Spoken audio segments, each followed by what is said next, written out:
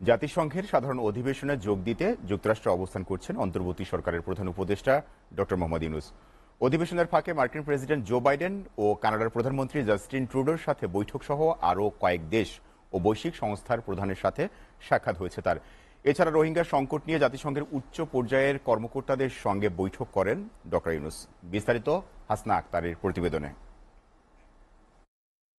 গত ৮ই আগস্ট ক্ষমতা গ্রহণের পর এবার বাংলাদেশের অন্তর্বর্তী সরকার প্রধান উপদেষ্টা হিসেবে জাতিসংঘের ৭৯তম অধিবেশনে যোগ দিয়েছেন ডক্টর মোহাম্মদ ইউনূস।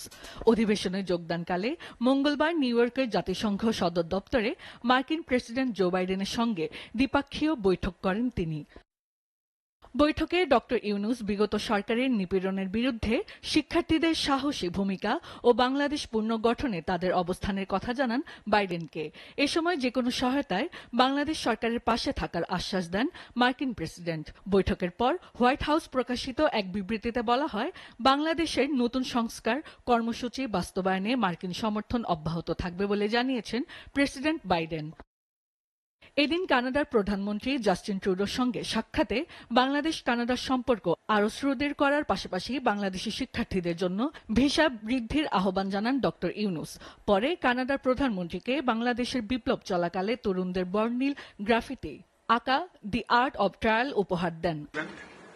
এদিকে রোহিঙ্গা সংকট মোকাবেলায় জাতিসংঘের উচ্চ পর্যায়ে কর্মকর্তাদের কাছে ৩টি প্রস্তাব দেন ডক্টর ইউনূস।